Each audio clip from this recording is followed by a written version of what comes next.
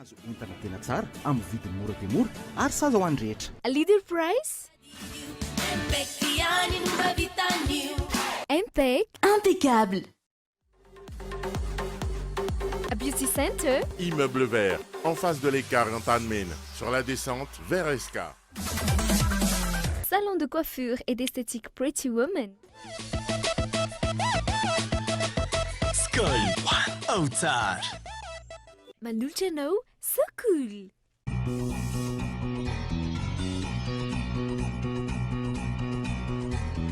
Everybody's gonna love today, gonna love today, gonna love today. Everybody's gonna love today, gonna love today. Any way you want to, any way you got to. Love, love me, love, love me, love, love me.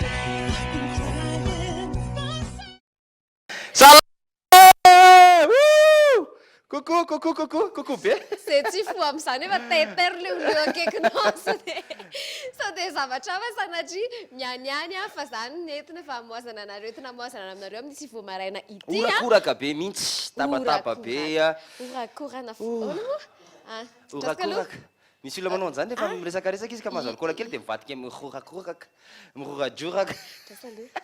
ay niorakoraky ny saona saika nataoko teo Aye. niorakoraky ny saona ho no fambarandro mazava zay le tiako teny Eny ary. efa mazava tokoa ny andro amin'ny ity anio ity larobia ny andro larobia fa 13 ny volana aprily taona 2024 dia inreto izahay reny misy tanana miarahaba anareo ihany keo any ambadimbadika any mandrosiko zany somary marararo ony izy ny ina moa ny tenda nono somary midraondraona mampitianala hoany ato Aiza mic.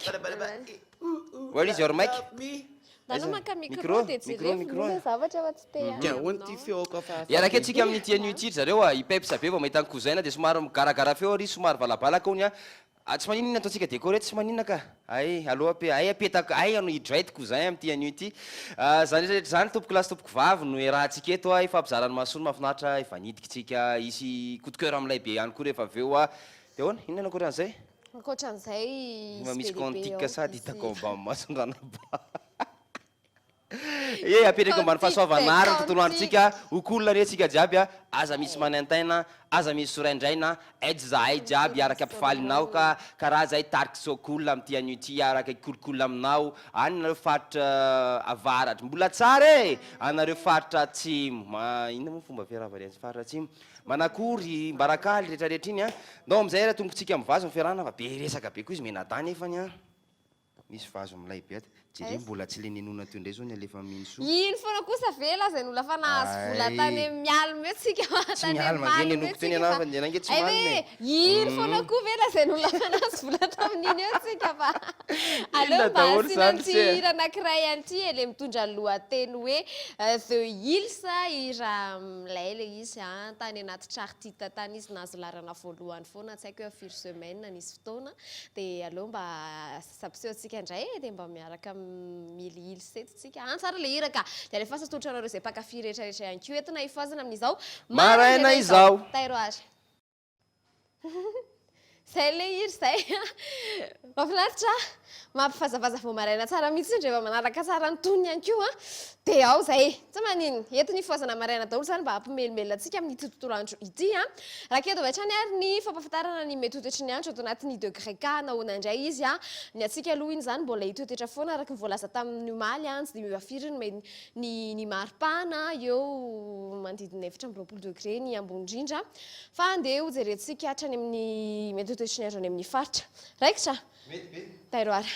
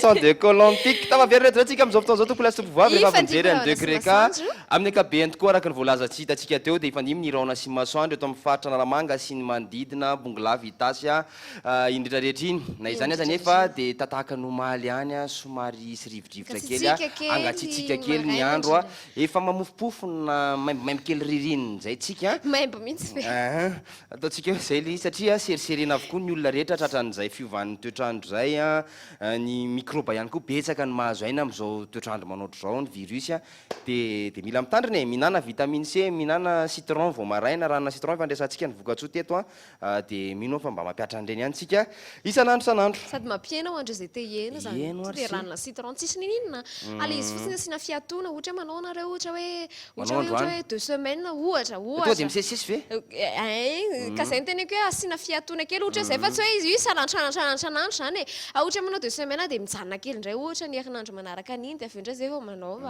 mba tsy hakarary be amin'ny vavony indray izy amin'izay fotoana izay fa le izy tsy mahakivy sady amin'ny tantarala izy eto le izy tsy tapohana tsy asiana ninina fa to dia iny ranona voasary iny mihitsy no sotroina raha voasary makirana iny mihitsy no sotroina dia sady manamevana zay ho seriserena rehetrarehetra zany no manalany graisse ihany koa andreo zay te ok mena vetivety amin'izay ary ny prénom du jour toy ny mahazatra eto amintsika dia tiry avitra amin'ny prénom du jour eno ary se oe toraka salut vetivety ho an'ny avitra amin'ny pretioman tsy avitra rehetra fa ny ekipany tsy avitra rehetra fa ny ekipany pretioman rehetrarehetra mihitsy na ao akoron-drano na ao andrefanambojanary na ihany koa eny nalakely maro dia maro izy ireo tanisa kely vetivety mihitsy dia ray ihany no tanisaiko aminareo ny toetoetrany amin'ny ankapobeny fa misy fa mino fa mitondra anarana mitovy amin'ity olo ty nareo misy hoe Zoïs dia misy hoe Quintilla dia misy hoe Martin dia misy hoe Marziane Ida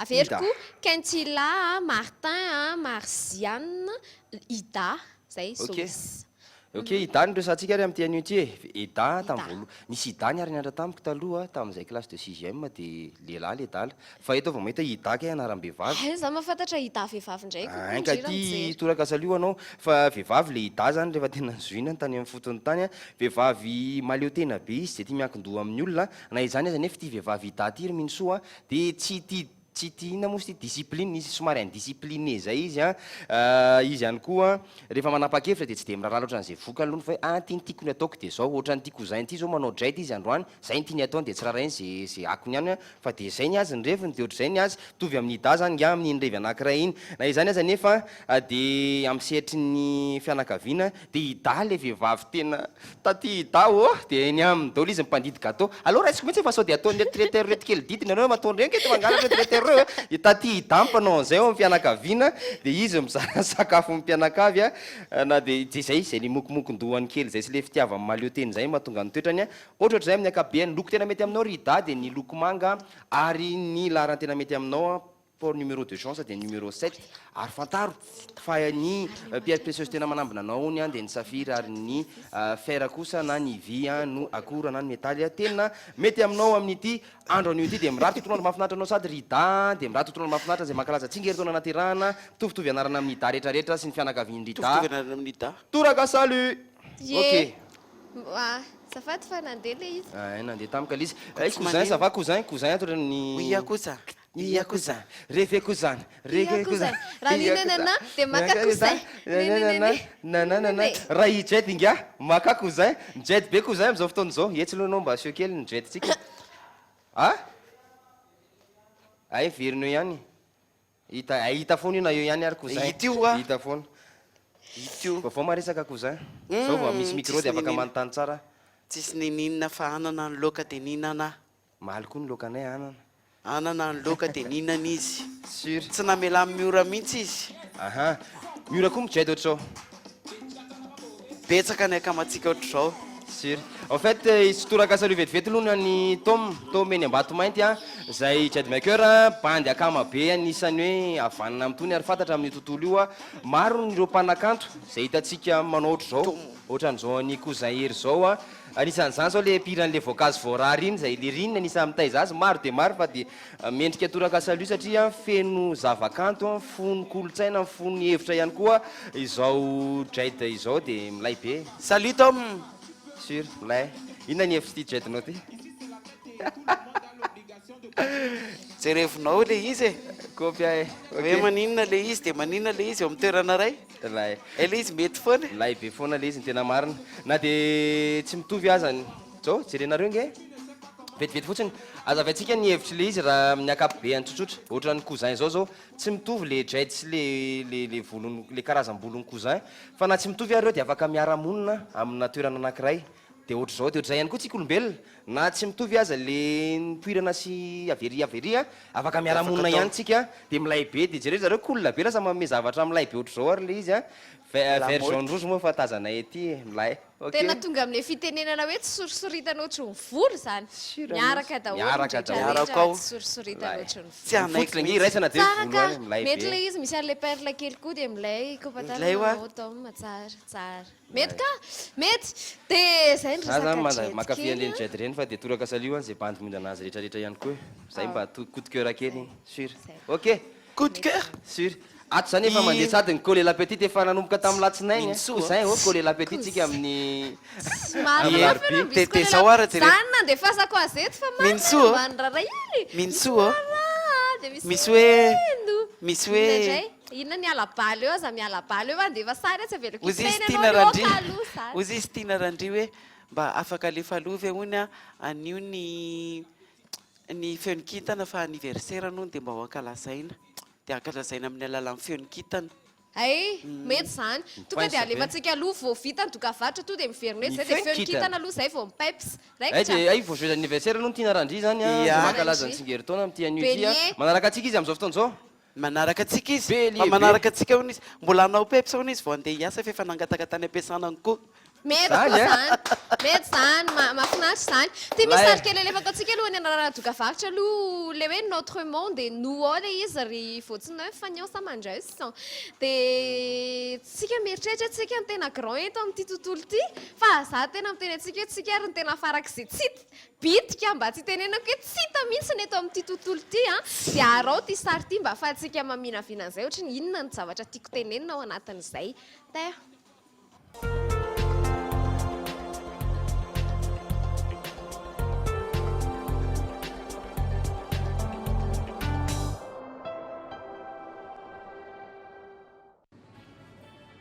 inona ary natao sakafo rahariva tsy aleo ve le mahazatra ihany e ny anao koa zany dia zany foana tsy ova mihitsy zany fa inona ary ny tiany lahy e tsy hitanao ve reto karazan-javatra be da be reto e sady mora izy zany tena mora mihitsy miaraka amin'ny leader price afaka mahazo entana tena tsara amin'ny vidiny mora dia mora ary saza ho any rehetra leader price mety be amiko Impec liquide vaisselle.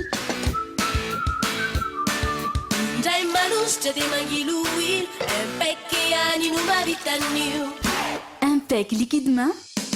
Impec, Impec malefaka sy manadio Impec any no mavitanio Impec liquide vitre. Impec, Impec mamiratra sy manitra fatadidio Impec any no mavitanio Impec impeccable.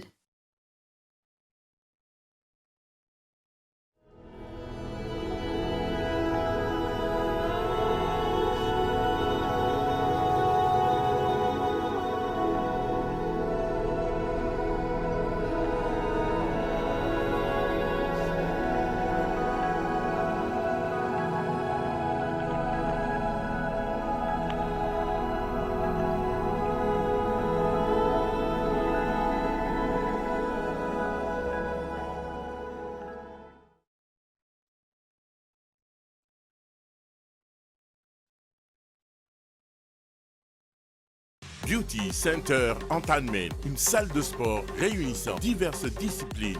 Et pour élargir ses activités, Beauty Center vous propose Body Bar, Cardio Fit, Renforcement musculaire. Beauty Center Immeuble Vert, en face de l'écart Antanmen, sur la descente vers Escar.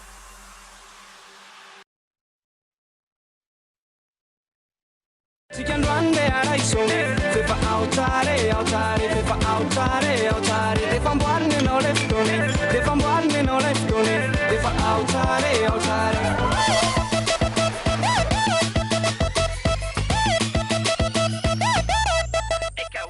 Skol Autar.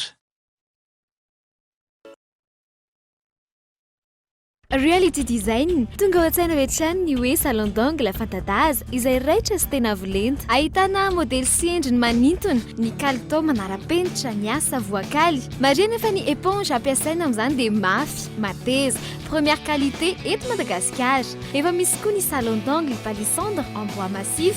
Ny table basse maro asafidianana tsara mihitsy na amin'ny endriny izany na amin'ny lokony na amin'ny karazany. Aza miandry elaintsona fa manatona eo amin'ny reality design eo anelanelany Arébus 30 taloha sy ny Vatobe. Téléphone 033 80 033 42 032 59 355 55. Reality design, la qualité, la réalité.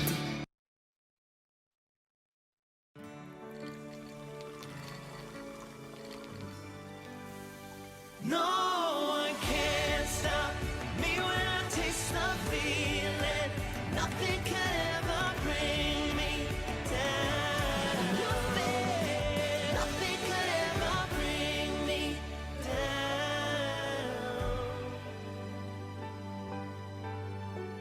Savourer le moment.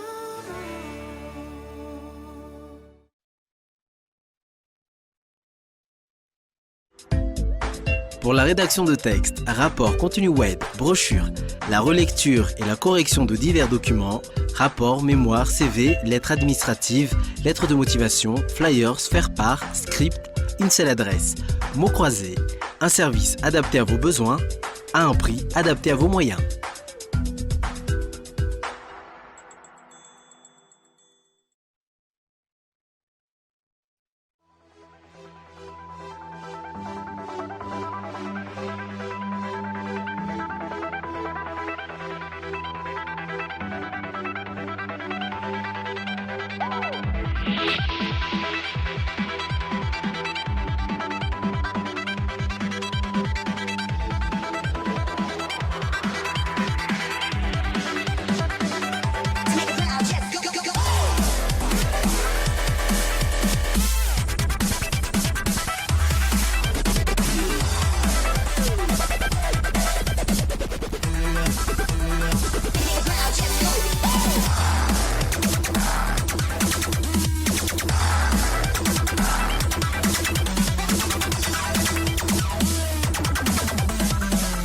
Pretty Woman, la beauté autrement.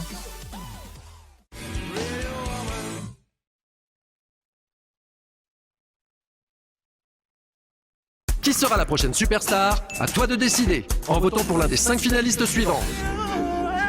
Sorry for everything that I've done, but when I call you, never seem to be home anymore. Honey, now, yeah. Take your head on my beating heart, thinking out loud, maybe. And it feels like I am just too close to love you. There is nothing I can really say. I can't lie no more. I can't lie. Begin, please don't leave me. No, no, no, no, no, no. And down on my knees, I'm begging you. Down my knees, I'm begging you. And down on my knees. These songs are freedom, 'cause all I ever had, redemption songs. RTL Trace Music Star, Call, Sing, Win.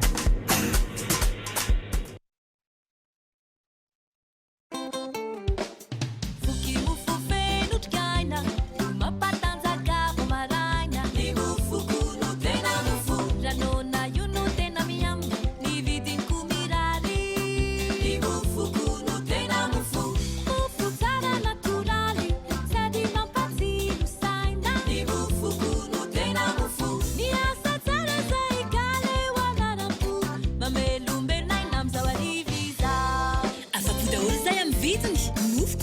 mahasalama mahafapo vokatra natoraly ary vita malagasy zato isanjato ny mofoko ny tena mofo.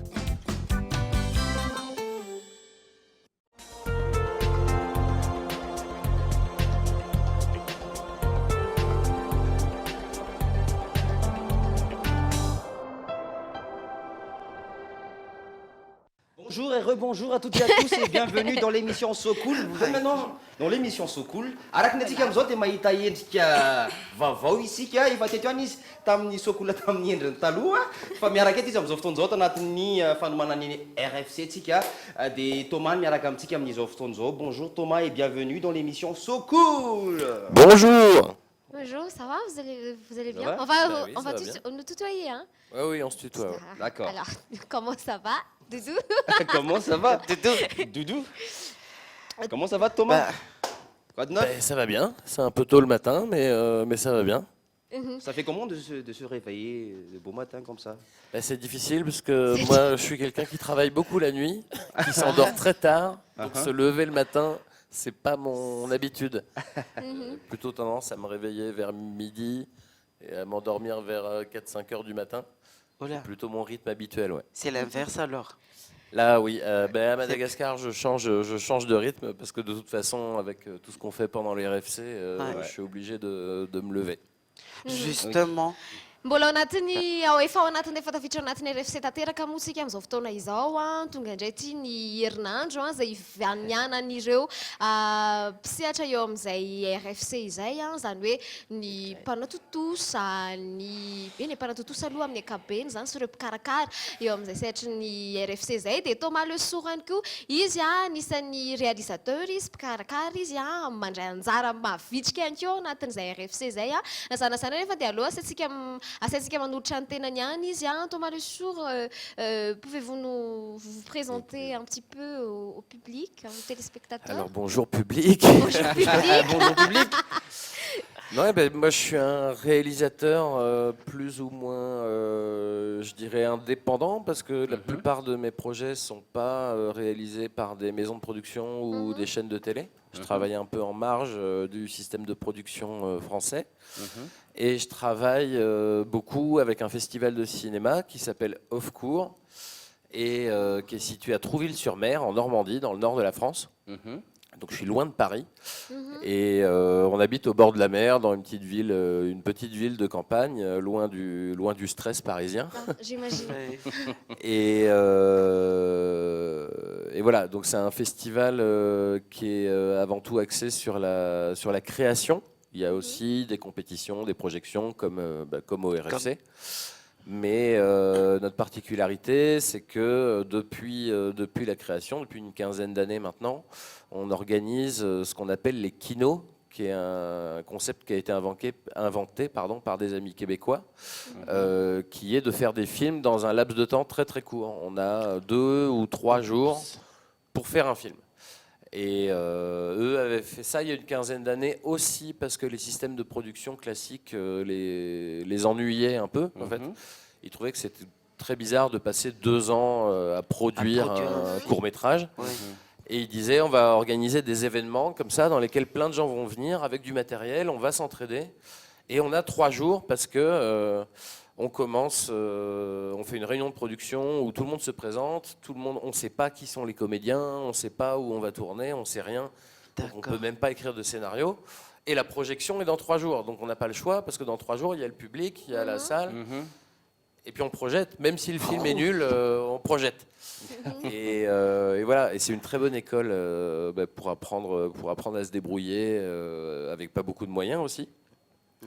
Alors là, on a une sorte de devise qui s'appelle faire bien avec rien et faire mieux avec peu. Et c'est un peu la philosophie du projet. Et donc ça fait 7 ans que mon directeur a rencontré Laz, je ne sais même plus où est-ce qu'ils se sont rencontrés d'ailleurs, le directeur des RFC. Et Laz trouvait que ce serait une très très bonne idée d'avoir un kino ici à Tana. Et voilà, et moi je suis venu l'année d'après pour aider à monter tout ça, à organiser les tournages. On ramène un petit peu de matériel de chez nous, un peu ce qu'on peut, parce que je suis tout seul, je prends le maximum que je peux dans mes valises. Et voilà, et donc ça fait, c'est la 7e fois maintenant, ça fait 6 ans, ouais. Je viens là depuis 2010. Et voilà, et c'est toujours passionnant. On a jusqu'à 80 personnes qui viennent participer au kino dans les RFC. D'accord. Et voilà. Et depuis ces 7 ans, est-ce que tu as constaté des évolutions au niveau de la qualité, au niveau de... Alors justement, c'est un truc compliqué parce que c'est rigolo, c'est qu'au début, quand on est arrivé, c'était surtout les courts-métrages de la compétition malgache. Classique. N'étaient pas encore beaucoup au point parce que c'était un peu le début, il y avait vraiment plus de cinéma ici et c'était la première fois que les gens recommençaient à faire des films. Donc les films de la compétition des RFC n'étaient pas d'un niveau génial. Désolé les amis, hein, en plus c'est tous devenus des amis depuis. Mais ce qui est bien, c'est qu'avec tous les ateliers, les autres ateliers des RFC, avec aussi ce qu'ils ont pu apprendre avec les prix qu'ils ont gagnés, les voyages qu'ils ont faits, c'est vrai que la compétition, elle, a vraiment monté de niveau année après année.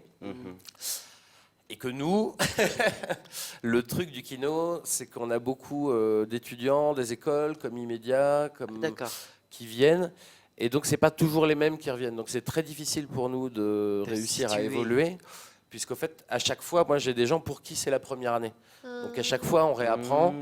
Et donc le kino, faut avouer, au bout de 4-5 ans, on trouvait que ça stagnait un peu. Parce que moi, la première année où je suis arrivé, on disait les kinos sont mieux que les films en compétition. Alors on était un peu fiers et tout. Puis bon, la 5e année, les kinos étaient quand même tous moins bien que les films de la compétition. Donc l'année dernière, on a décidé de transformer un peu le concept et de faire ce qui se fait d'ailleurs dans d'autres pays, pas mal, les Québécois font ça aussi, de projeter les films en ciné-concert. C'est-à-dire que les gens n'avaient pas le droit de mettre de musique dans leur film. On projetait les films et on avait un musicien qui était sur la scène et qui jouait la musique en direct pendant les films. Du coup, ça donnait un peu une autre approche aussi, ça donnait une contrainte au réalisateur. Vous allez faire ça ici On a fait ça l'année dernière, ça a bien marché, c'était plutôt sympa. Et là, on va faire encore pire. C'est que cette année, ce sera un kino documentaire en fait. Il y aura, et ce sera un seul film. C'est-à-dire qu'on ne va pas faire, d'habitude, il y a le film, le générique, et on repasse un autre film, etc. Je trouvais que ça cassait un peu le rythme. Je trouvais aussi que forcément il n'y a pas beaucoup de comédiens professionnels aussi qui participent, etc. Donc c'est compliqué. Et que finalement nous c'est assez compliqué. Nous on aime bien prendre les films d'ici et venir les montrer chez nous en France, montrer ce qui se passe. Et c'était un peu difficile de montrer les kinos qu'on avait. Donc l'idée cette année, c'est qu'on va tous faire un grand documentaire sur même Madagascar en général, parce qu'on a déjà 2 kinoïdes qui sont partis en province. Alors je suis désolé, je me souviens plus des villes, mais qui sont partis faire des images là-bas. Et nous ici, tout le monde va faire des documentaires, donc ils vont devoir choisir des sujets, des gens, ça pourrait être n'importe quoi, ça pourrait être quelqu'un qui mendie dans la rue, ça peut être un policier, ça peut être Madame le maire si elle accepte. C'est mon défi cette année. Et c'est ce que j'aimerais avoir, des différents points de vue sur la vie à Madagascar, à Tana, avoir beaucoup d'images et réussir à monter ça comme un seul film. Vous serez combien à réaliser ce kino là? Alors, je ne sais pas encore combien va y en avoir, mais en général, c'est entre 50 et 80, ça dépend des années de gens qui viennent. Et, y compris les figurants et tout? Oui, voilà, ça compte tous les participants. Ouais. En fait, je crois qu'ils ont bloqué le nombre de participations à 80, donc on n'a jamais fait plus. Mais effectivement, c'est dans ces eaux-là en général. Ce qui est un peu impressionnant la première fois quand je suis tout seul à... Et chaque kinoïde peut construire combien en termes de durée? Alors, les autres années, on limitait à 2 minutes, 2 minutes 30. Ah, d'accord.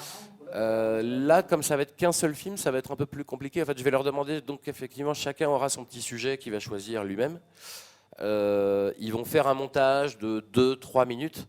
Et puis après, nous, on va faire une équipe qui va remonter tous les films ensemble pour en avoir un seul grand film. Un seul grand film, documentaire. documentaire. Alors, comment s'est passé l'atelier d'hier? Ah, avant-hier aussi, on a... Avant-hier et hier, oui. Alors ça, c'était une autre partie, parce que du coup, moi, ma spécialité, effectivement, alors, n'est pas du tout le documentaire. Moi, je fais plutôt des films à effets spéciaux un peu foufou. Et donc, c'était le sujet de l'atelier d'avant-hier et d'hier, qui était effectivement la post-production et les effets spéciaux. Alors c'est un peu dévié aussi parce que l'atelier était censé... les ateliers des RFC en général sont pour une quinzaine, une vingtaine de personnes. Et là il se trouve qu'on a eu 195 personnes. Bon c'est-à-dire que ça intéresse les Malgaches. Donc ça a intéressé les Malgaches. Et donc on a déménagé, on était censé faire ça dans une petite salle de conférence, mais on a fait ça dans la salle de spectacle de l'IFM parce que c'était le seul endroit où il y avait assez de place. Et donc c'est devenu un truc un peu plus général aussi, parce que j'ai pas pu apprendre aux gens à faire à apprendre les logiciels et tout ça, parce qu'avec 200 personnes en 2 jours, c'est très compliqué normal. Puis normalement c'est des choses qui prennent des mois et des mois à apprendre. Mais par contre, on a fait un passage en revue de l'histoire des effets spéciaux, en fait, de l'origine à maintenant, où on a rappelé que d'ailleurs les effets spéciaux, c'était pas forcément que le cinéma, même la télé, c'est un effet spécial. Hein. Les gens nous voient bouger, mais en fait, c'est qu'une série de photos qui défilent très vite. Tout ça n'est qu'une illusion, en fait. Donc, on est vraiment reparti de cette base-là, du montage, comment on pouvait tricher avec le montage. Il suffit de faire un plan sur toi, je m'en vais, on refait un plan sur moi, on a l'impression que j'ai disparu. Puis après, bon, il y a les vrais effets spéciaux arrivent. Et surtout, comment les effets spéciaux et le numérique, maintenant, avec les technologies qu'on a, permettent pas forcément de faire... Ça permet aussi, d'ailleurs, de faire des dragons, des dinosaures, des voitures qui explosent, je sais pas quoi. Mais que dans un contexte où, comme à Madagascar, on n'a pas beaucoup d'argent dans le cinéma, ça permet de pallier à ça de façon très, très efficace. Et moi, c'est comme ça que j'utilise beaucoup dans mes films. On a même tourné une séquence à Bouillemang là, il n'y a pas longtemps. Entre deux, on est aussi allé partir tourner des scènes de films. On voulait un plan avec la colline complètement vide, un peu désert. Et il y avait forcément des bus qui étaient garés. Moi j'ai dit c'est pas grave, on peut effacer les bus.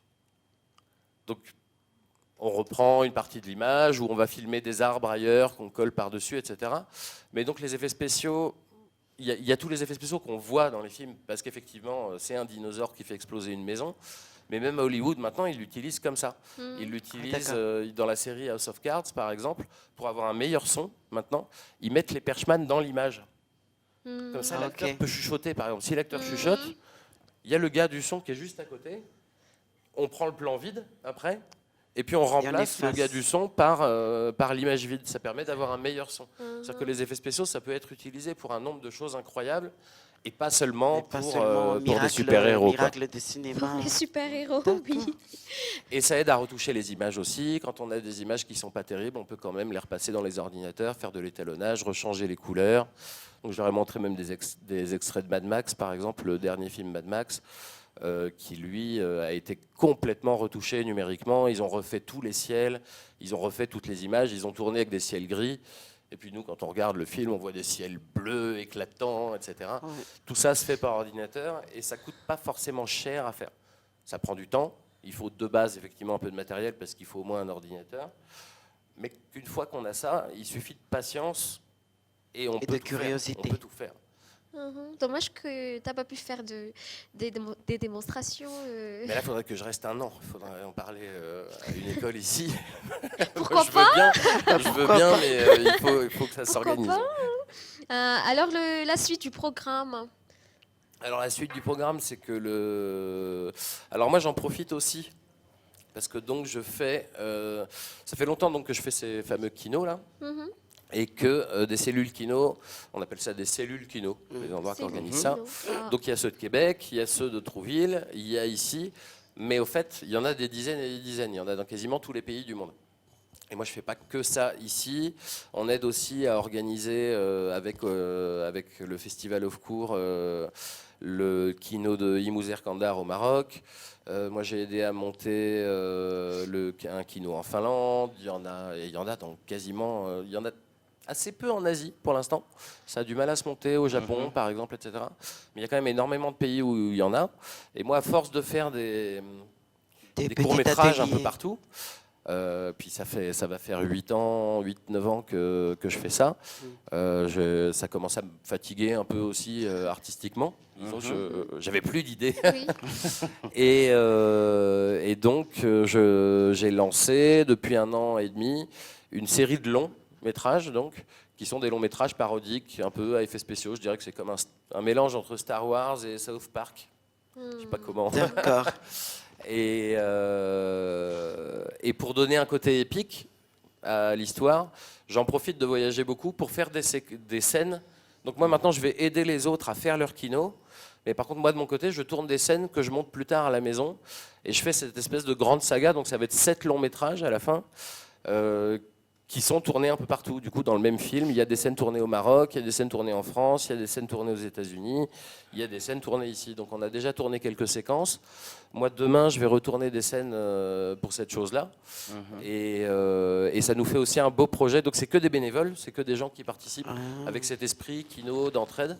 Et en même temps, ça nous fait un gros projet dans lequel on peut montrer... Le problème du kino, c'est que souvent, c'est un petit peu trop éclaté. Il y a plein de courts-métrages, mais on ne sait pas où les retrouver, on sait pas. Et moi, ce que j'espère avec ce projet, c'est qu'au moins on aura quelque chose d'un peu plus massif, mais qui peut montrer aussi tout ce qui se passe dans tous ces pays-là, en fait, et qui montre le lien entre tous ces gens-là. Donc c'est un peu ce projet-là. Et puis vendredi, c'est les RFC qui commencent, donc ça va commencer à être la danse. Des projections, voilà, l'ouverture officielle. Moi, le kino, ça commence lundi. Lundi. D'accord. Et si je me rappelle bien, ma projection est jeudi soir, puisque la clôture, c'est vendredi. C'est vous qui avez le programme sous les yeux, là non, pas tellement la grille, mais... Ouais. Je vais tourner un petit peu la page. Moi, je vais sortir un petit peu de l'RFC, autant que Thomas, autant que Vaza, autant qu'étranger, qui passe à Mada. Vaza, ça veut dire étranger. Vaza. Alors, celui-là, j'ai entendu. Tant mieux. Tu as eu l'opportunité de venir à Madagascar pendant 7 ans. Tu as fait le va-et-vient. Actuellement, est-ce que tu as vu un changement Comment tu trouves Madagascar, en fait, en général? Alors en général, moi j'ai pas. Alors malheureusement, Franchement, justement. Une année, j'ai pu aller à Tamatave parce qu'on faisait une partie du kino là-bas. Mais sinon, sur Madagascar en général, je sais pas trop. Parce que moi, je viens pendant les RFC, du coup, je suis un peu bloqué à Tana. Je connais Tana. Mais c'est vrai que le reste de l'île reste un peu un mystère pour moi. J'ai pu sortir un petit peu de temps en temps pendant 2 jours.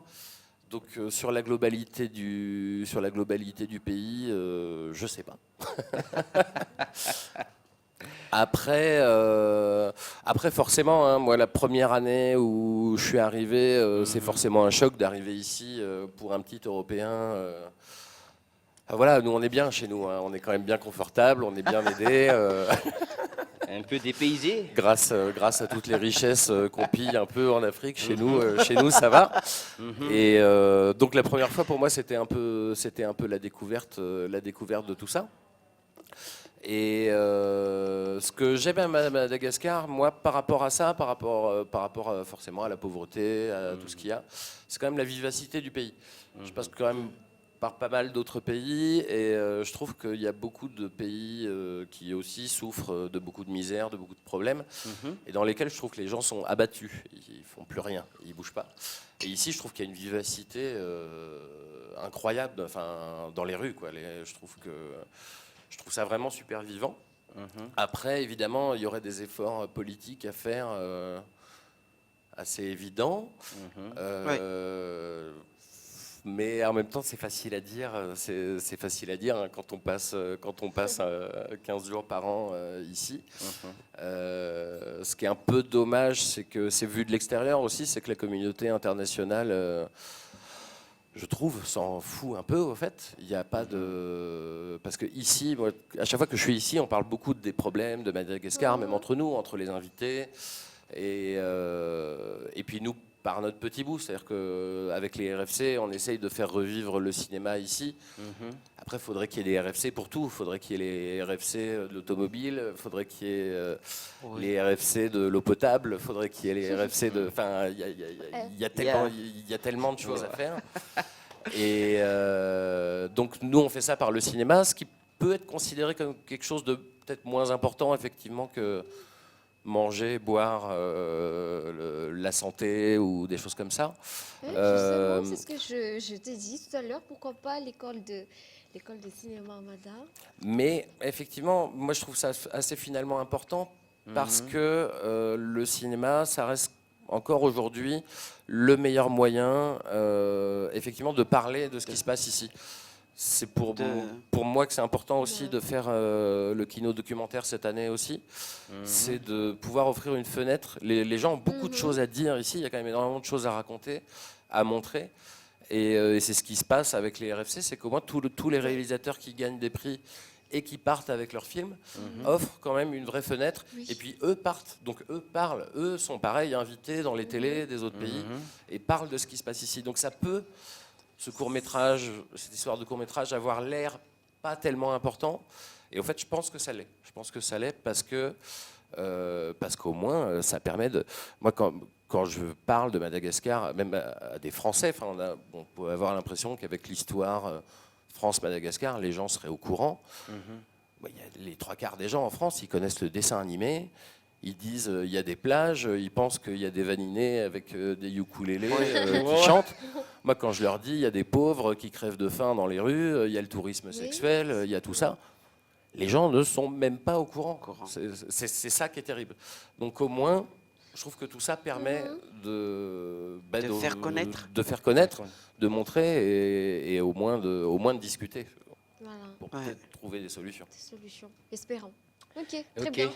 Donc, y a-t-il quelque chose à ajouter? Un petit mot aux téléspectateurs? Non, venez nombreux au RFC. En plus, l'ouverture vendredi, c'est à la gare, en plein air. À 18h, vers 18h, n'est-ce 18h?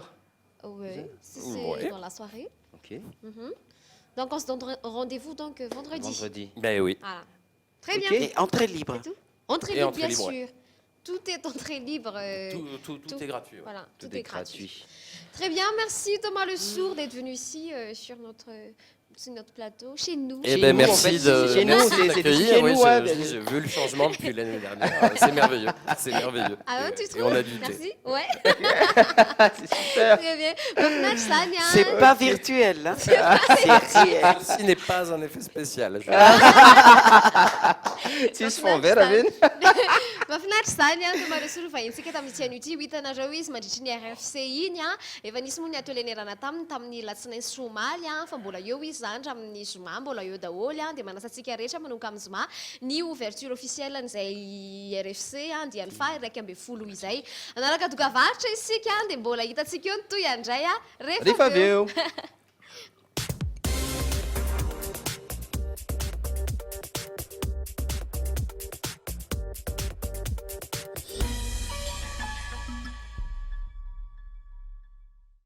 Qui sera la prochaine superstar? À toi de décider en votant pour l'un des 5 finalistes suivants. Sorry for everything that I've done, but when I call you, never seem to be home anymore. 'Cause honey, now, yeah.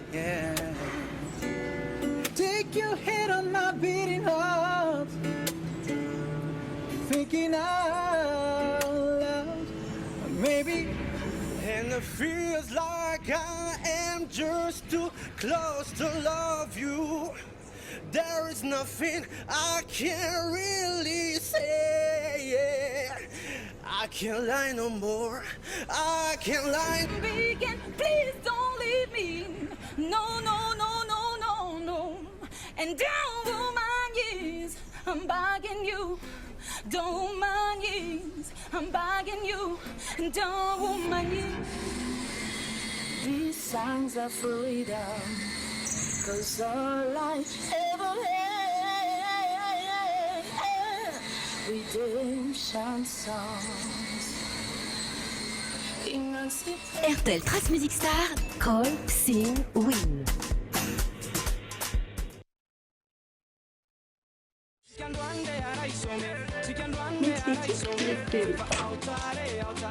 Manja be mihitsy nareo zany a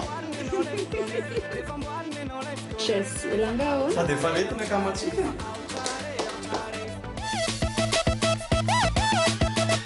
Skol au tsara.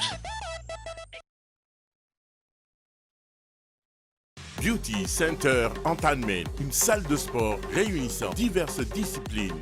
Et pour élargir ses activités, Beauty Center vous propose Body Bar,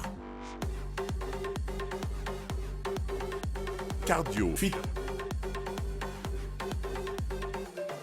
renforcement musculaire. Beauty Center Immeuble Vert, en face de l'écart Antanmen, sur la descente vers Escar.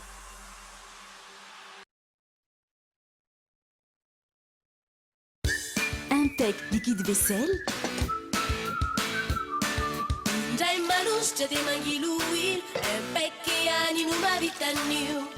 Impec liquide main.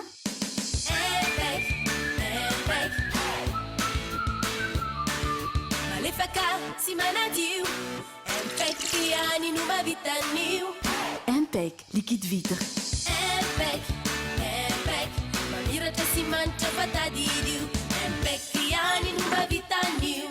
Impec impeccable.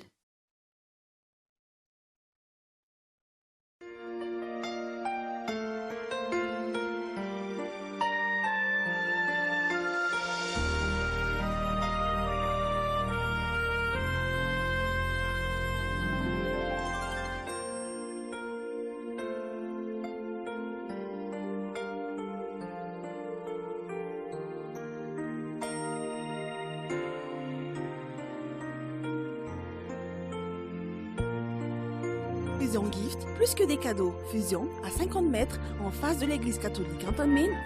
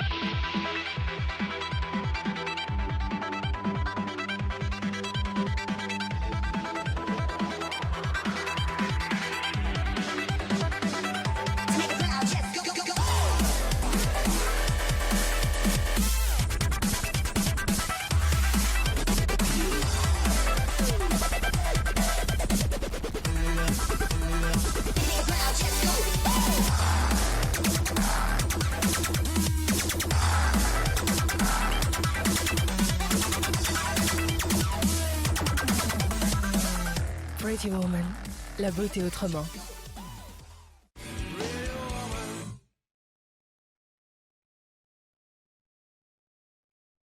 Reality Design tonga ao an-tsaina rehetrany ny hoe salon d'angle fantadaza izay raitra sy tena avolenta. Ahitana modely sy endriny manintona, ny kalitao manara-penitra, ny asa voakaly. Marihana efa ny éponge ampiasaina amin'izany dia mafy, mateza, première qualité eto Madagasikara. Efa misy koa ny salon d'angle palissandre en bois massif. Ny table basse maro asafidianana tsara mihitsy na amin'ny endriny izany na amin'ny lokony na amin'ny karazany. Aza miandrelaintsina fa manatona eo amin'ny Reality Design eo anelanelany arrêt bus 30 taloha sy ny Vatobe. Téléphone 033 80 033 42 032 59 355 55. Reality Design, la qualité, la réalité. Inona ary natao sakafo rariva? Tsy aleo ve ny mahazatra ihany e? Nenao koa zany dia zany foana, tsy hiova mihitsy zany. Fa inona ary ny tian'lahy e? Tsy hitanao ve reto karazan-javatra be dia be reto e? Sady mora izy zany. Tena mora mihitsy. Miaraka amin'ny Leader Price, afaka mahazo entana tena tsara amin'ny vidiny mora dia mora ary saza ho an'ny rehetra. Leader Price, mety be amiko.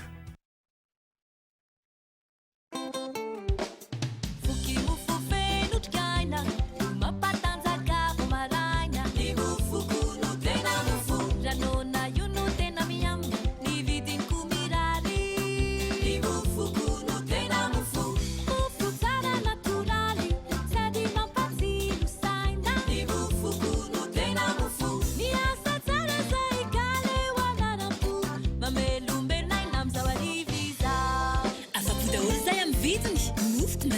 salama mahafa-po vokatra natoraly ary vita malagasy zato isanjato ny mofoko ny tena mofo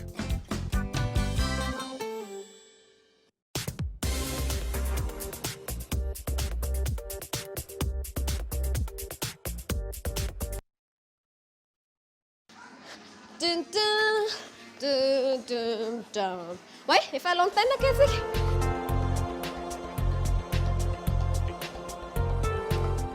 Fa izy. Efa izy koa ty.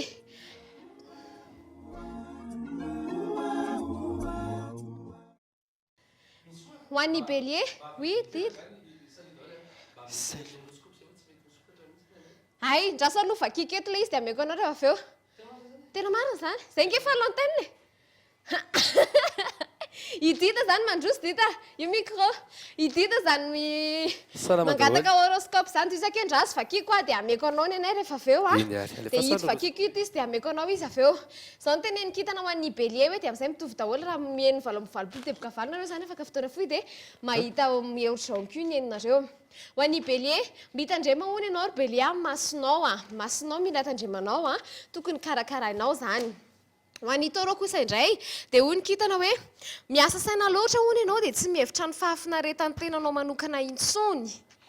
Gémeaux, manana faniriana te hanararaotra ny zavatra rehetra zany hono ianao ry Gémeaux, asio fetrany ihany a na dia zany aza.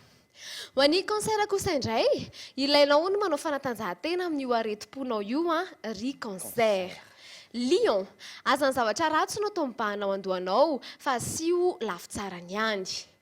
Vierge, azo fiany amin'ny fiainanao hono ianao an'io a ka ahafaly anao zany a ry vierge.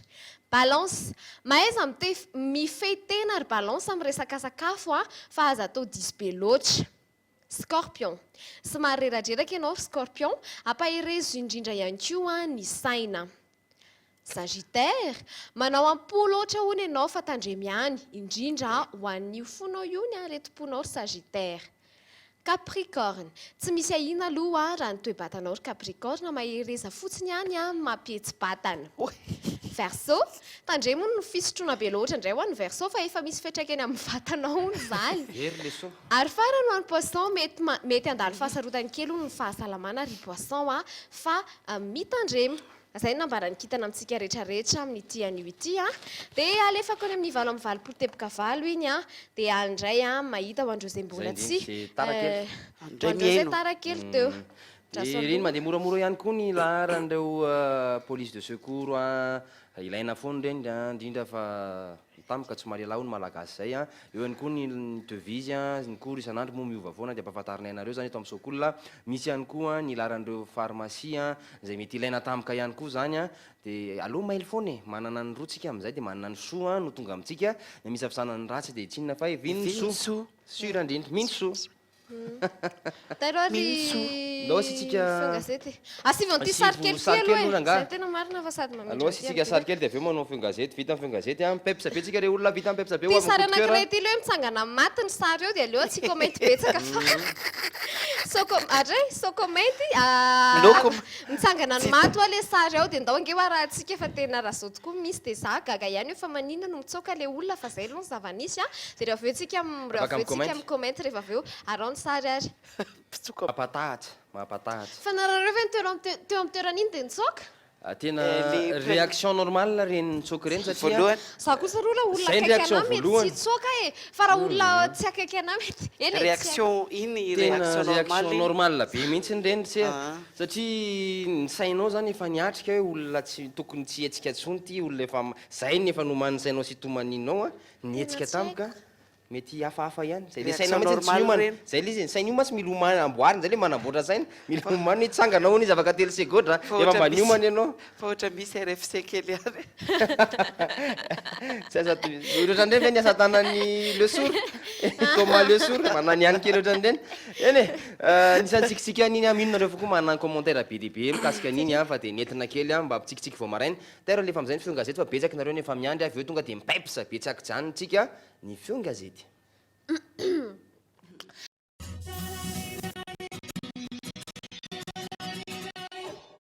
Saint-Valentin kely sakamalao ikatsony ny hôpitaly-mpanjakana manome valo amby efapolo ora ny mpitsabo mpanampy any Pays-Bas indray hony a voadidina mpitandro ny filaminana ao amin'ny pejy fahaenina sy ny pejy fahafito tompotsezeny mahazo arivo atao anio ny famindram-pahefana baraingo no apetrany ao amin'ny pejy fa iraika amby folo misy an'izay ambody afony sy frantsay no kapakapaina tamin'ny zava-maranitra ao amin'ny pejy fahadimy. L'observateur, l'État c'est moi, le pouvoir c'est nous, la République bananière à la HVM en omnipède fatel. Triple trahison de Radzonar Mapian envers Dieu, le peuple et Radzuel en omnipède farou. Faknakaratra ny tokony nanoloana ny Brown Drain hono ireo mpampianatra fram ao amin'ny pejy fahaenina no misy an'izay. Manaraka mon journal, 4 grèves simultanées, les usagers, les éternelles victimes, ao amin'ny pejy fahaefatra. Fanendrenan'ny Premier ministre, tsy eken'ny député maro anisy ao amin'ny pejy fahaenina ambin'ny folo ny gazety Mon Journal. Manaraka, gazety Q. Dokotera mianatra mandrahona ny tokony manao fiandraisan-draharaha sisa ao amin'ny fiandrasan-draharaha sisa ao amin'ny pejy fahadimy. Gouvernemanta vaovao mety ho fantatra raha pitso ao lakamisy ireo mpikambana ao amin'ny pejy fahaenina. Antsirabe 2 lehilahy hita faty tao Ambohidramanandrina nivoaka rano filahiny ao amin'ny pejy fahaefatra no misy an'izay. Antoko timma ny voromaika teny Faravohitra ao amin'ny pejy fahaenina. Any Mahajanga ny konkona ny tokona tsy asa ireo mpiasan'ny commune ao amin'ny pejy faha-12. La Gazette, Jean Ravelnarivo, des révélations ce jour. Barango no apetrany ato amin'ny pejy fahatelo. Mampiasa anaran'olona maro i Claudine hony ao amin'ny pejy faha-12 misy an'izay. Gervais Rakotoary manana rumeur de remplacement, pejy fahadimy. Golden Center, la chinoise Adeline défie la CEA ao amin'ny pejy fahadimy ihany koa. Étudiant en médecine, une autorisation pour tuer ao amin'ny pejy fahafito. Sommet de la francophonie, plus important que la sécurité publique. Taratra, fitokona ny mpandraraha fonja sy mpirakitra ahina irongatra ny fitsaram-bahoaka ao amin'ny pejy fahatelo. Famonoana vazambivady, olona 5 voasambotra ny zandary, vehivavy ny iray ao amin'ny pejy faharoa no misy an'izay. Fanendrena Premier ministre vaovao, ahina ny korotana politika hoy ny maître Rakoto Malalarija MMM ao amin'ny pejy fahadimy no misy an'izay. Zandary matany Fianarantsoa, fiaran'olona ambony akaiky ny mpitondra no nandona azy ho ny havany. Inona ny vaovao? Fiaonamben'ny francophonie hoesorina Madagasikara ao amin'ny pejy faharoa. Von'olona tao anaty hotely Rangapanovato maty tamin'ny fomba hafahafa ao amin'ny pejy fahafito. Vehivavy nibotsina kibo tsy hafa ny asa sy nivadika nalemy ao amin'ny pejy fahafito ihany koa no misy an'izay. Madagascar Matin, douane de Toamasina, traitement inégalitaire dénoncé par des opérateurs, omnipédi fatelo. Pacte de responsabilité, une collaboration payante, omnipédi faefach. Taonat fitoana na telo mianaka na zeramoto, omnipédi fa iraika ambin'ny folo misy an'izay. Sommet de la francophonie, l'organisation pourrait être retirée à Madagascar. Madagascar Matin, la vérité, manaraka 16e sommet de la francophonie, l'organisation retirée de Madagascar, omnipédi fatelo. Exécutif vers un gouvernement unicolore, omnipédi fajou. Thomas dans le combat de Talia pour la garde de sa fille, omnipédi farakambin foulou, promotion du tourisme, premier allié de Montgolfière à Madagascar, omnipédi fa efatra, grève des agents pénitentiaires, l'ordre du système judiciaire troublé, omnipédi fadim ni gazeti la vérité. Nomination du Premier ministre, une manigance politico-politique, omnipédi farousen pédi fatelo. En Bilbé, le maire craint une déstabilisation, omnipédi favalo. Des mois de pré-salaire impayés, les internes des hôpitaux en grève, omnipédi fadim ni gazeti. Les nouvelles, nous maranatsikas. Zay malaza gazeti sika amin'ny tia anio ity an voavaky izay a. Hitan'ny olona eny amin'ny sisiny eny raha ohatra ka tsy nahendray androany. Hitan'ny olona eny amin'ny sisiny eny. Voilà, fakina ihany koa rehefa avy eo. Inona mampikiropaka anay ohatra zao raha fantatrinareo? Mampikiropa anay tompoko lasy tompoko vavy dia anao pepsa izahay. Pepsa be ho an'ny ao an-tanàna. Karakory indray mipepsatsika amin'ny teny izy aloha mbola vonona ihany pepsatsika tonga dia vonona be mihitsy nala azy azy sorona rehetra pepsatsika be fotsiny tsy ma dia to dia raikitra io raikitra pepsatsika efa ahianao an'ity resaka ity nareo afroglow afroglow glow tena mbola tsy nainao zany sokola ny hainona azy voalohany zany eto zao ny hainona azy voalohany afroglow efa nahazo accord tany amin'ny tompony a gasy namorona an'le concept an'le izy gasy gasy fa izy amin'ny volana juillet izy vahiny eto amintsika eto izany anarany tsika no akazo voalohany mety zany mety zany dia nanao étude scientifique ary zareo a nanaovany namoahany boky momba ny izay afroglow zay volana juillet le izy volana juillet izy no avy aty volana juillet toatra ny misy an'le inona rege inona moa izay volana 1er juillet 1er juillet fa any amin'ny mi-juillet ihany no avy aty le ranga malagasy no namorona ny atao hoe afroglow zany ie ranga dia malagasy zay zany no ataontsika zao satuina zay no ataontsika zao akoatra ny hira anankiray hira telo ny aho fa ny hira anankiray moa zany dia efa tena jamaika tair fa le hira nangatanao ngetika tsy hitako ao mihitsy tsy maninona zany tsy maninona mihitsy tsy maninona le hira voalohany ao tompoko Sole dancer, African madam sole, zege, zaga, original fire de sole, zege, zaga, la femme ya papi, c'est validé. Sole, sole, sole, sole, sole, oya, sole, oya, super, sta o super, oya, super, sta o super, oya, king of black o super, oh my die, oya, sole dancer, o dancer.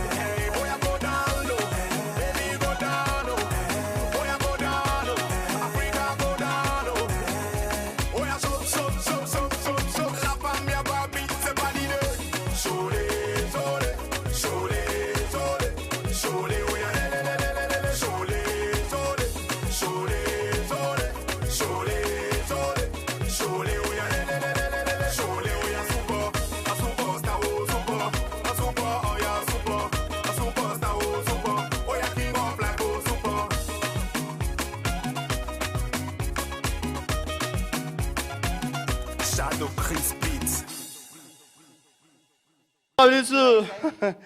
Raha izay. Afa koa. Hafa koa. Afa koa.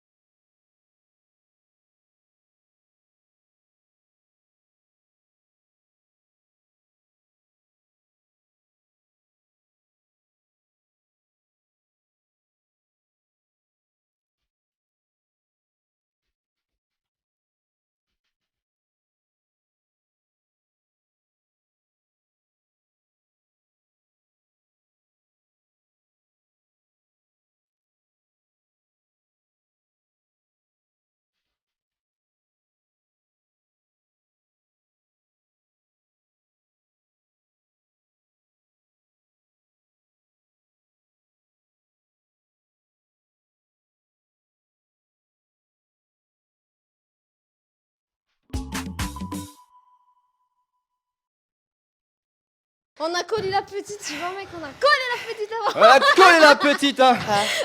Voilà. Médecin. Mbola misy ihany mozika. Voaroa zay. Cause mazoto, mazoto. Manala mono, manala stress, manala andretraretra fanaovana sport, mahasono sport zareo a. Mbola misy rainga? Mbola misy raiky telefona fanaovika.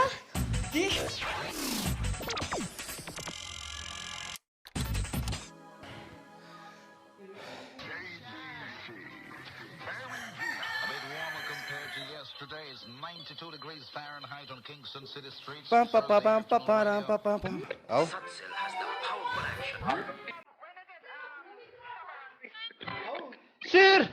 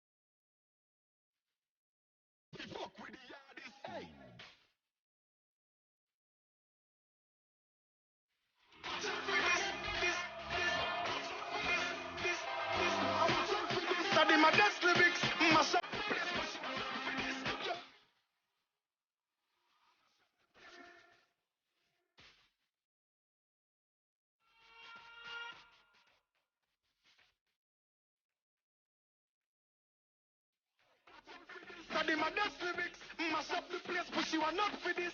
Yo, me nah miss #1 funny list. He girl them a twist waistline, can't resist.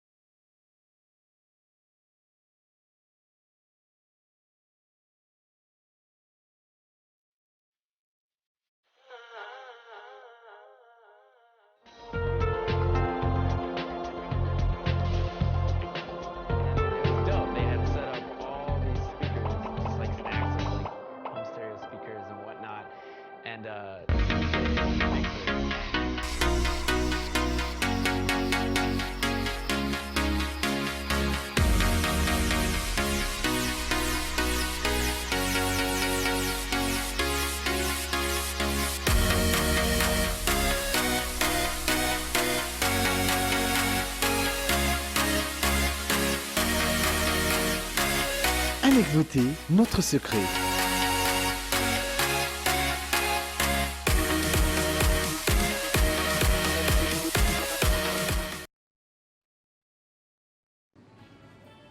Inona ary natao sakafo rahariva? Tsy aleo ve ny mahazatra ihany e? Ny anao koa zany dia zany foana, tsy ova mihitsy zany.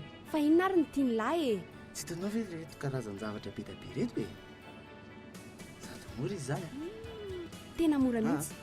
Miaraka amin'ny Leader Price, afaka mahazo entana tena tsara amin'ny vidiny mora dia mora ary saza ho an'ny rehetra. Leader Price, mety be amiko.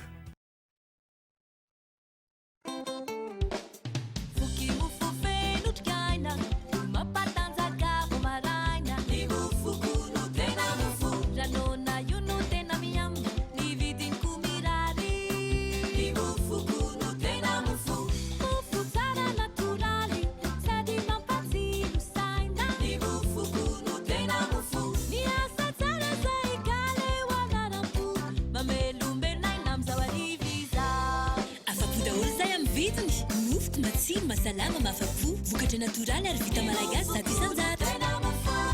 Ny mofoko ny tena mofo.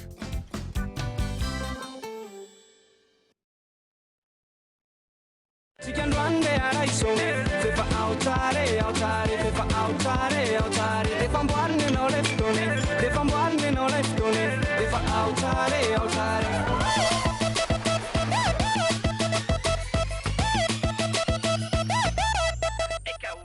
Skol Outsar. Beauty Center Antanmen, une salle de sport réunissant diverses disciplines. Et pour élargir ses activités, Beauty Center vous propose Body Bar, Cardio Fit, renforcement musculaire. Beauty Center Immeuble Vert, en face de l'écart Antanmen, sur la descente vers Escar. Impec liquide vaisselle. Ndray manositra dia mangiloilo Impec ihany no mavitan'io Impec liquide main. Impec, Impec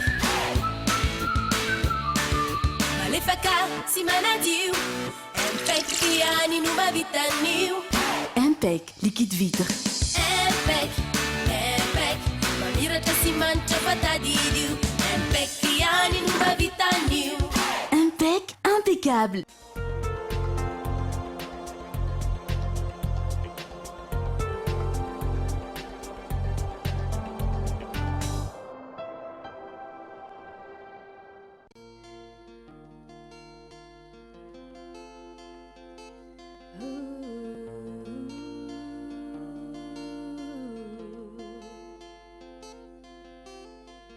Andao faweti kwani anao Itiri laita nananai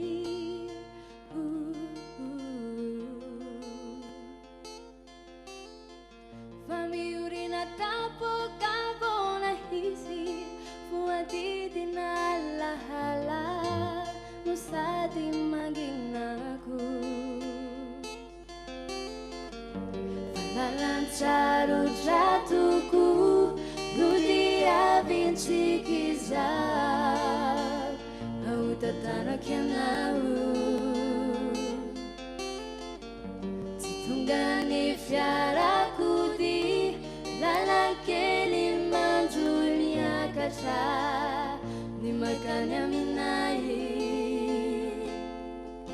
Tumatutunga kwanya na faifizanu tanzuku Lechanu pungu ni fiti nunu maniku Ubatani na wane Tumatutunga kwanya na faifizanu tanzuku Lechanu pungu ni fiti nunu maniku Ubatani na wane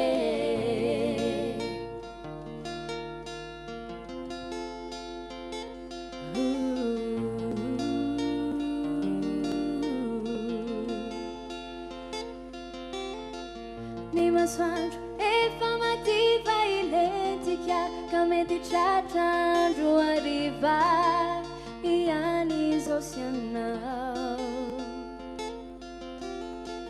Farasena atsika mamirifiry Dia mbola eto anilanao ao Anome afanana Tiane simbasa Nilayani aminare Macharejareja Simba urifiti Maitutunga kwanya na ufaifizai no tatuku Simba urifiti Nunu maniku Ubatani na wanye Maitutunga kwanya na ufaifizai no tatuku Yefizai no tatuku Nunu maniku Ubatani na wanye Ubatani na wanye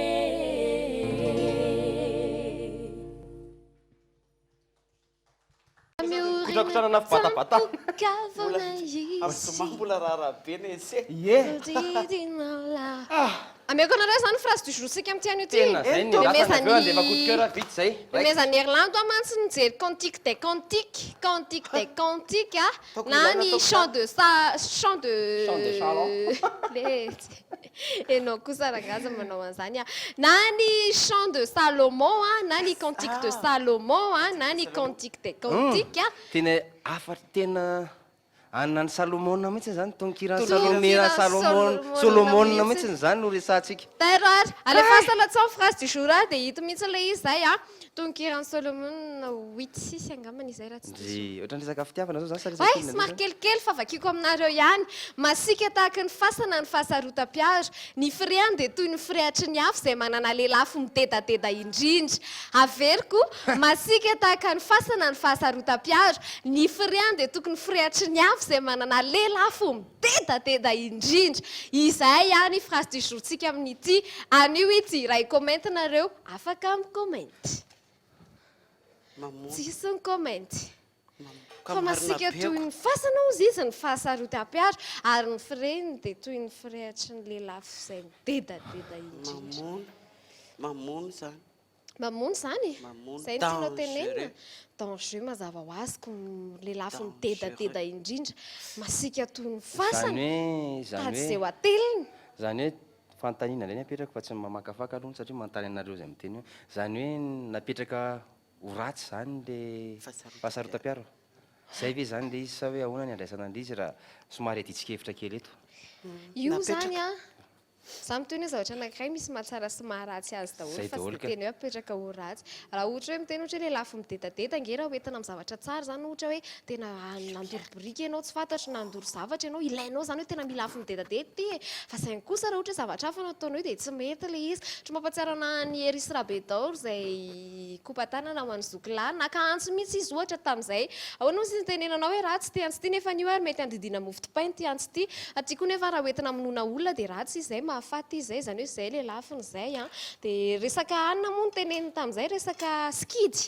Hatria avy hatrany dia rehefa miteny hoe skidy sika dia hoe zao zany skidy zany dia izay no teneniny hoe ahoana moa. Fa tsy haiko fa tsy fantatry hoe ka izy matsy raisina tahaka ny référence zany hoe toy ny fasana toy ny lelafo midedadeda zavatra mahery zany manimba mamono mihitsy zay na tonga nanteny an'izy hoe le ongle nitondran'ny Solomon azy zany tany amin'ny ongle aspect négatif ny atao hoe fahasarotam-piaro eto zany tena hitondrantsika azy ho tsakotsakoana mandritra ny tontolo andro indray zany. Zay le izy eto zany tsy hanao thèse tsika nandehanana fa hanao thèse tsika fa tsy hanao antithèse nizay mihitsy dia zay teny avoaka eto no tohanantsika satria zay aloha zany aloha ny eto hoe zay reny atokantrano nareo mino fa afaka manao antithèse na mitsipaka kely an'izay satria manana hevitra reo ihany koa nareo fa dia entintsika amin'izay dia mahatsara fiarahamonina ihany koa nge zay indray le izy mahatsara fiarahamonina rehefa atra tsisy tika dia ina zao jerenao ni menina zao dia riny dia kirakira dia tsisy kolona tsony ny tontolo andro sy ny fiarahamonina sy ny anina fa eto koa le afatry Solomon ny phrase du jour tamin'ity anio ity izay afarana ny minsova ireny kely farany an'izay vola matorotoro ny foazy amin'izay. Masika tahaka ny fasana ny fahasarotam-piaro ny frehany dia toy ny frehatry ny afo izay manana lelafo midedadeda indrindra mazava ho azy teo alohan'io tapany bio teo alohan'io ny resaka fitiavana izy. Yes, Salomon ao mitokirany Solomon fa tsy Salomon foana koa voategna. Tokirany Solomon moa zany dia miresaka fitiavana foana, resaka gazela sy ny sisa ohatr'izany, misy référence isan-karazany mihitsy ny ao amin'ny resaka fitiavana io. Rehefa nambady ary ny olona dia matetika mitongirany Solomon ao ny ampofan'ny mpitandrina sy ny mpirehetra. Eo ambany keliny mihitsy le hoe harina ny afo, harina ny ony maro zany tsy ao ambany. Tsy asakana ny anina sy ny fitiavana. Fakan'ny olona. Grand ianao ry raiky, zay misina coup de cœur kely. Omentsika coup de cœur kely indray ny atokantrano sady omena fahalalana no famoahana album Tsitotan'ny ela moa zany ny coup de cœur rehefa miresaka an'izay eto amin'ny Sokola. Tera latson sary zalahy dia mba hiresaka kely indray tsika misokatra ihany moa micro dia afaka mi-comment na ny atokantrano ihany koa. Coup de cœur. Ty sary hitantsika ity indray ary ahoana ny commentenareo amin'io dia mitondra fanazavana kely fotsiny sy information kely dia tsara ho fantatsika manoloana an'io sary izay hitantsika eto io. Notable taloha. Zay ny bi-antsaina avy hatrany mahita mpihira gasy tsika eo mpitsoka mozika.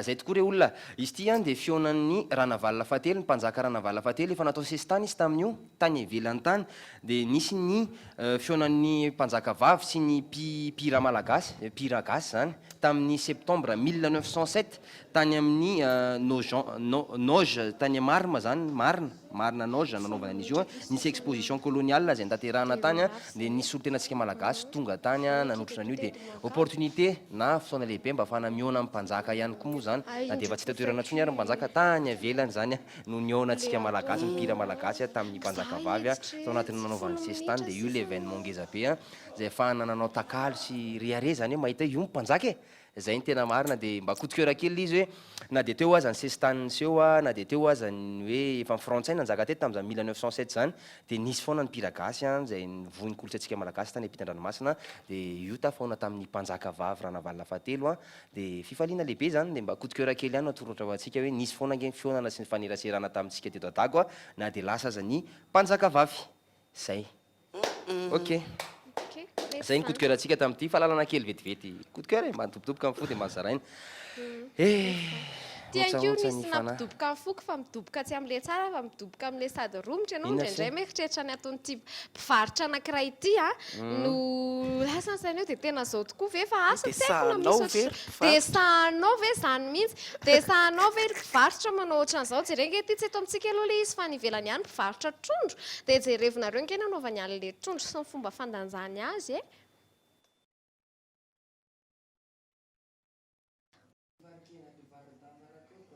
love dia le mpivarotra ao a dia tena manao tsinitsina mihitsy anina le mivato mizana reny dia reny mantsy ao ambadika kely ohatra le misy lavaka kely ohatra misy manao ohatran'izao fa iny tena to dia goka tsaratsara mihitsy le anina le lavaka iny dia fanamba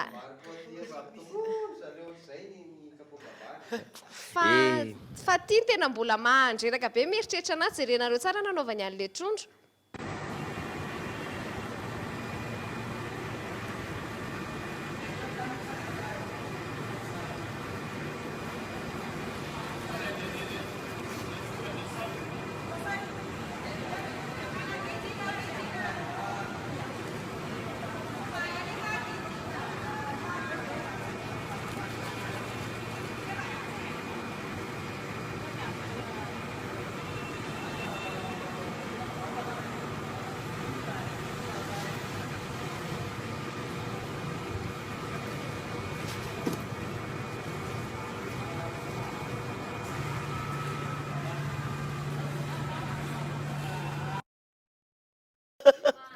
mahasorena be izy misy ny olona dia mietrehitra ny sasany mibado mihitsy le pose dia anao nge avy eo rehefa tonga any an-trano dia oay trondro tsaratsara be ny fidiko tany dia jereva nge reto ohatra ino zao mety efa lo na mety kely lanja na mety tsy fantatra le fika be sady le tanany efa mailaka ery manao alizy ohatra nefa tata midina kely atsy sady mijery ery maina ambarina kely le anaty tsy azo atao reny le olona ry mpivarotra sitrany aloha nga tsy mifanambaka tsy amin'ny malagasy zany fa tsy araka makely maso andrareo koa ny angezany atotoa zareo kely maso nanao an'iny teo tsy maintsy mandeha kely mipaingotra zay natao hoe paingotra nampanetana hiditra kely vetivety anatin'izay tsy arakaraky ny akely maso ny angezany atotoa mahasorena be dia lasa manao vava nampanetana hiditra vetivety anatin'ny zaintsika ny zainantsika amin'ity re olona dia resaka ny vokatsoa azo avy amin'ny fihinanana ny zestana citron tsika zay tsika amin'ny resaka citron foana fa iny odiny iny ihany koa na le zesta vao eo manko zay vao maraina dia ndao resantsika vetivety indray ny vokatsoa azo anaovana infusion tsara izy iny a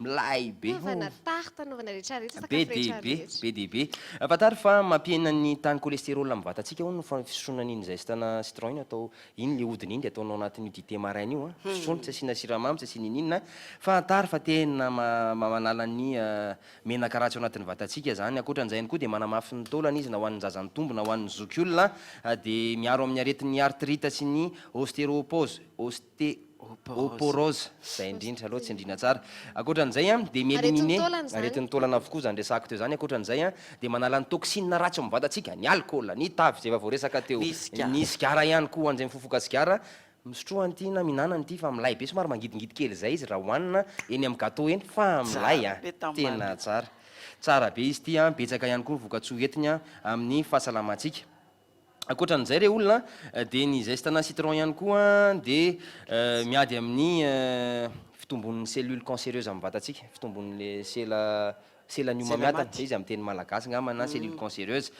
dia ho an'ny olona tianena tena misotro masio rano anankiray ilay ritre stapany dia asivo zestana citron anatiny ao dia misotro an'iny fa mitovy amin'le hoe midetox teo ihany moa zany manala ny graisse ao anatin'ny vatantsika eo tsara ho an'ny fahasalaman'ny fo ihany koa ny izy ity dia mitazona ny hoditrintsika mba ho salama lalandava ny fihinanana an'izy ity ny hoditra dia akoatran'izay toko amarana anazy dia manadio ny haty na ny foie ihany koa ny zeste na citron na ihany koa ny hoditra voasary makirana fa tsy hoe manipy hoditra akondro voasary makirana andresana mankasitraka tompoko lahy mankatelina tompoko vavy zay ny zainatsika moa izy misy ale ohatrany rehefa fanaovana ny reny manokana mihitsy rehefa nanana an'iny zeste misy zesteur manokana mihitsy misy fanalana le misy fanalana le ay raha olo izy zesteman fa le zesteur le appareil fitaovana kely le anina anazy misy anazy fa rehefa tsisy zesteur dia rapy dia efa mety dia kikisana amin'ny rapy iny fotsiny le ivelany tsara be mihitsy tsara fotsiny dia rapena dia iny mety tsara resaka pâtisserie zany tena le ngeza be reny izy ny tena ohatsara ina voangy ny anaran'ireny le citron le voasary makirana ngeza be eny amin'ny pavillon misy azy amin'izao fotoanan'izao ngezangeza be iny rapenao mame anitry ny sakafo mitondra fahasalamanao anao sakafo amin'io tonga dia ataonao émincé de porc miaraka amin'ny légume dia asianao kely coca na zeste na citron efa nasopapinareo zay fijery misy eo ako zay zay zany rehefa amintsika zay mihinana kiso hoe émincé de porc tsy mihina dia atao steak atao steak dia miaraka amin'ny légume sauté dia miaraka amina zeste de citron dia ao tsara mety be amiko mety be aminao dia ataovy inona ny desera ataovy zavokà misy zavokà zao ny atsena to dia ngota be ohatry ny lohanao io mbola kely indrindra moa fa avany amin'ny faritra ampefy iny ay tsy tenenina trondro dia rehefa mandalo amin'ny faritra iny areo akoatra ny fihinanana ny trondro ny tasy dia aza tenono ihany koa mitondra voandalana kely zavokà resantsika ny vokatsoa avy amin'ny zavokà rapitso dia milay be dia amizay nareo motive masoto tondra zavokà tsika rapitso hinana zavokà tsika eto zavokà ataotsika nizaraintsika roa ndray ataotsika le purée le mazatra ndray ataotsika atao en dé atao en charge zay moa le terme kely mizesta kely atao en dé le dia renversé raikitra rapitso zay re olona dia afaka mifampitontsika nge ndao zavokà dolo ndray rapitso mijery sokolona mety koa zany rendez-vous ampakafy dia na tsy mifankahita mivantana arytsika dia au moins efa mba mifampizara sakafo matsiro mivantana nefa mitondra fahasalamana atsika ihany koa avy nikotrana be sika teo nanao peps fa te hijena zany kotrana na rugby zany nareo etsy amin'ny makilo nisy ihany fa indraindray tsy tafiditra ny olona tsy haiko loha raha ohatrany ty tsy fantatra aloha raha ohatrany ty sary zay alefa ty hoe ny tena kotrana eto amintsika fa le izy kosa aloha tena kotrana sy tena kotrana misy hoe rugby training zay nataoko training zany fa haiko zany hony zany ny dikany dia efa nataoko training hony zany nefa zay training hony mba hainy dia misy an'izay ao sara dia taranga le fotratra ny ahoana ny kotrana na rugby fa ny vela le be zareo koa to dia kumambe mba hainareo moa aversa le hoe kumambe comambeu zay misy le fitenile misy to dia raha ataontsika kumambe ye nisy fitenina bandy pikotrana maître pikotrana anankiray zay le miteny tsy ny physique ny apparence ny lahy ozy izy ny important fa lahy ohatrany dana zany hoe comme un peu vatana ngeza be fa tsy le état d'esprit iny ndray ihanyna fa ilaina ozy izy ao anatin'ny fanatanjahantena tiany tena mitondra ihany koa ny toetsaina dia be dia be mpanao fanatanjahantena tsy dia tena ohatr'izay tsy voatery le aspect ivelan'le hoe comme un peu fa tiany azy ay be miaraka amiko zany eto mahita zavatra na inareo any tokantrano reninay feedback hoe mahita zavatra connaissance isan-karazany manala azy be milay dao afroglo zany zao fahalalana avitsika an'io ary tombono any mpanaraka sokolona fa teto zany nahitana an'izay sy nahinona an'izay voalohany gasina morona voalohany teto amin'ny tanàna fa exclusivité tsika zany mba miendrika any frantsa izy efa nanomboka tamin'ny nanomboka tamin'ny janvier zareo nanomboka nasana azy moramora kumambe efa merita amin'ny zay le omby mijery flora zany bankrupt to dia eo ihany fotsiny to dia bankrupt be to dia fa inona le izy bankrupt ve ay ve rupt ay ve efe tena bankrupt mihitsy ny azao raha zay bankrupt gasy tsika misy manao efe merita re tena mbe folo foana telo amby folo ny volana aprily amin'ity anio ity sahady mahafinaritra izany tamin'ny taona 1970 fatary fa tamin'ny taona 1970 ny Hongrie no lasa repoblika tamin'ny taona 1970 1849 zany hoe mankalaza zareo zany amin'ity andro an'io ty andro andro inona zao rehefa levatena na repoblika azy tamin'ny taona 1970 raha matantena hoe zany Hongrie zany zay aloha ny voalohany indrindra ny andafy ankehitriny any andafy dia mba io mba misy sary mba nataoko teo eo akaiky ka tsy any andafy kosa reo zany Hongrie zany ary ny any tao maraitenareo mahita zavatra miezana foana amin'ny sekolia dia kaka safisa hoe tsy ampome tsy araky ny eritreretinao zay nge le blaky zay ny blaky zay tsy araky ny eritreretinao mivaly ohatra mitatarambatarambatara dia anao efa niano zavatra anankiray kanjo le tsy izay dia zay le mampomie zay dia ohatra an'izay hoe aiza hoe zany Hongrie dia any andafy ka ohatra ohatr'izay ihany le izy ray miditra kely amin'le blaky zay ohatra nisy nanontany le hoe fa maninona ary raha mahitinareo maninona ny kadratraka rehefa maty dia le ohatra zao foana ny tongony izy manao ohatr'izao foana ny kadratraka rehefa maty ny tanany sy ny tongony ary ambony foana satria miandrandra ny lanitra satria tsy fantatry satria izay ny azahoany ainy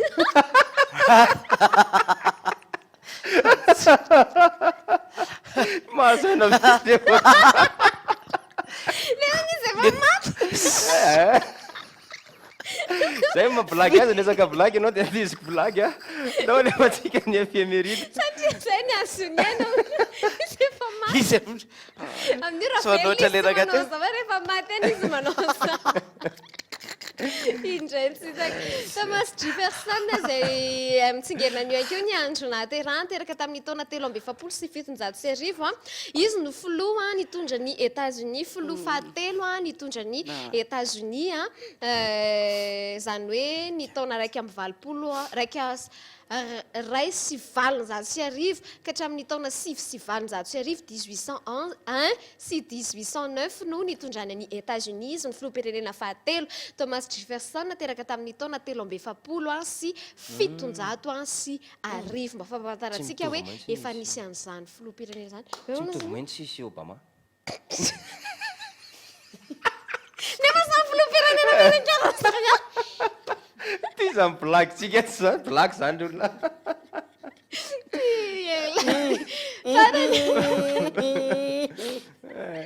farany i Ron Perlman dia makalasa ny tsingeritaony any anio mpilalao horonan-tsary amerikana izy teraka tamin'ny taona 50 sy 700 fatary fa ity ndrasange tena mariniko mihitsy zavatra ho teneniko ity lehilahy anankiray ity akoatriny mpilalao horonan-tsary azy dia izy ny saika panao an'ireo voix off reo dessin animé reo dessin animé reo ity lehilahy anankiray ity zay hitantsika eto zao anisan'ny mpanao off-nyreny izy mpanao manao feo an'ireny dessin manao feo an'ny Spiderman na manao feo an'ny Batman dia zay ny éphéméride kelitsika ao amin'ity anio ity mba tsara ho fantatra ihany zay ny fatelo ny volana aprily ok merci mankasitraka anareo ny tokantrano nanaiky niaraka taminay tao anatin'izay ora lehibe ora robe zao natokanareo mba hirahany eto satria araka foana mba dia tsy maintsy misy farany zahatra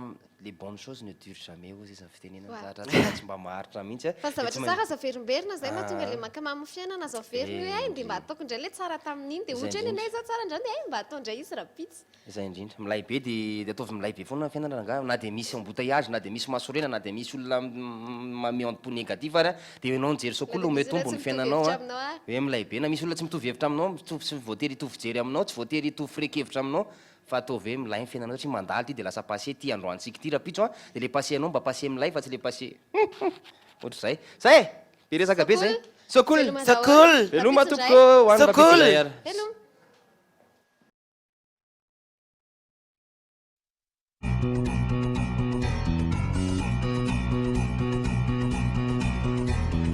Everybody's gonna love today, gonna love today, gonna love today. Everybody's gonna love today, gonna love today.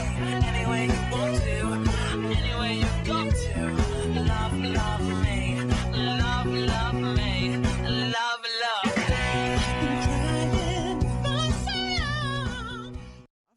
entana tena tsara amin'ny vidiny mora dia mora ary saza ho any rehetra. Leader price. Impeccable. Beauty Center. Immeuble vert, en face de l'écart en Tanmen, sur la descente vers Esca. Salon de coiffure et d'esthétique Pretty Woman. Sky One Outside. Nanulcho Noto, so cool.